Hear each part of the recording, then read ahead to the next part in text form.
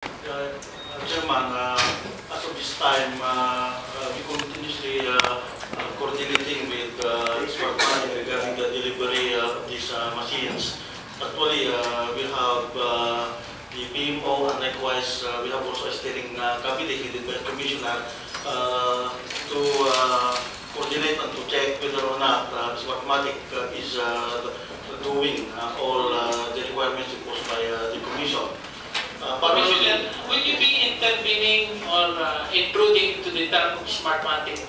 If we ask you that, are you present? Will you be present? Is the COMELEC present in the progress report of assuming that SMARTMATIC said that they entered into for Mindanao, the distribution of the machines will be, you said the company Argo or something. Is COMELEC present in the progress report of how Argo will do that tremendous task of distributing those PCO in the different areas? The distribution of the PCO of the PCO machines, Your Honor, is a part of the contract. So SMARTMATIC is responsible for the delivery. But narinig na namin yung Commissioner. Ang sinasabi ko lang, you must have also a comfort level na itong kinuha ng SMARTMATIC ay kaya yung trabaho. Kasi said, kung ang kausap niyo appointees dito, matutulog kami ng mahimping. Ang kinuha ninyo hindi masyadong kilala ang bagong form na korporasyon. Kaya tinatanong lang namin, worst scenario, nag-fail yung ibang areas sa delivery ng machine. Maybe know your contingency plan. Mr. Chairman, can I intervene? Yes, actually, starting this year in January, the COMELEC formed a technical working group for logistics, where they called different logistic companies, including the providers that we contracted, also the Department of Finance, the Bureau of Customs, and the different entities that intervene in the regulations for importing and for delivering of equipment in the Philippines.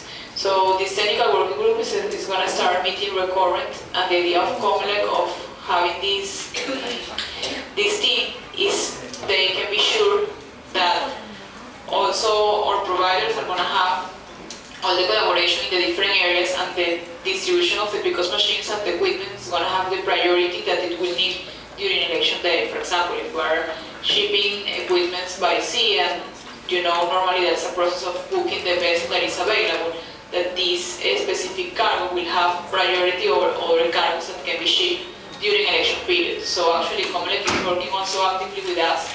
We already have this TWG for logistics, where we have a top representative of every of the logistic companies and the different government agencies related to logistics. So that's one of the measures that is being taken, and I think it's going to be very helpful to continue with that effort.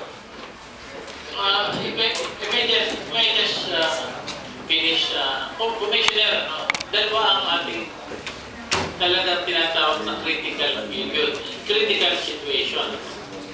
The delivery of the PCO and the deployment of the technicians. Di ba? And in those two particular areas, it is SMARTMATIC's goal to provide all of these people the 48,000 somewhat IT-related or computer-literate to handle the PCO.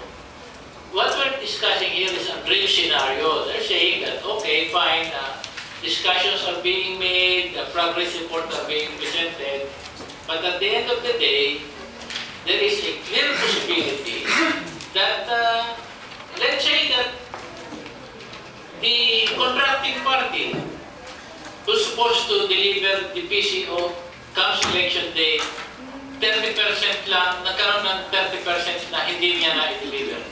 Of course, sasabihin ng SMARTMATIC, the contracting party is covered with bonds, they'll have to pay the damages. Siya yung point. The point is, hindi nangyari yung putuhan dahil sa wala yung PCO. So, ang hinihingi lang namin, Commissioner, are really come up with a realistic backup or what we call contingency procedure that COMELEC will do in the SMARTMATIC that in case the subcontractor will not be able to deliver those machines, then you have impact on that. Yes, Mr. Chairman, I got your point. Actually, even if we are going to fully automate, we will be having a contingency plan of having a 30% contingency plan of using the manual system.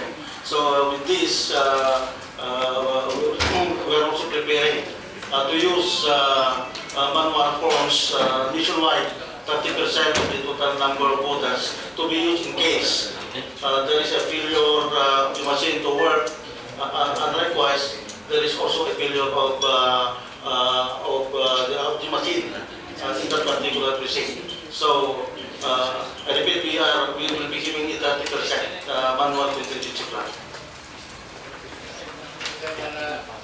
Just a follow-up from the statement of the Commissioner. This manual contingency plan is not the ballot that this SMARTMATIC is providing, but the same ballot. So we will be voters will not be able to write the names of the Same procedure. same procedure. Yes, the same procedure, Your Honor, but it will be counted manually. Then we will be using the tabulation, So to be protected and to dagdag bawas will not be attained. And therefore, we'll make automation a failure. Because the intention, as I was reminded, the reason why we are automating this forthcoming election is to eliminate dagdag bawas. If we go back to that kind of system, then we are not addressing the problem. Because remember, we are using people's money here. Congress appropriated more than 10 billion revenue for this purpose. This is a contingency plan, which is a remote scenario, Your Honor, because it's better to have a contingency plan than to have a failure of election in a particular precinct. Because what we are looking is, for example, there is no more people's machine to be used. Maybe it could have been destroyed, or we cannot use the people's machine. We cannot get any spare. Then we have no other choice but to manually count the ballots. So, but I believe this is a remote scenario in case this is a contingency plan, which would need really a manual count. Mr. Chairman, if it is remote, why 30%? 30% is quite a big contingency figure. Normally, when you have a contingency figure, maybe 5%, 10%, but 30%. When people win in elections, maybe they win by only 10%, 5%, not even by 20%. But here, you're talking about 30% contingency that might be very crucial.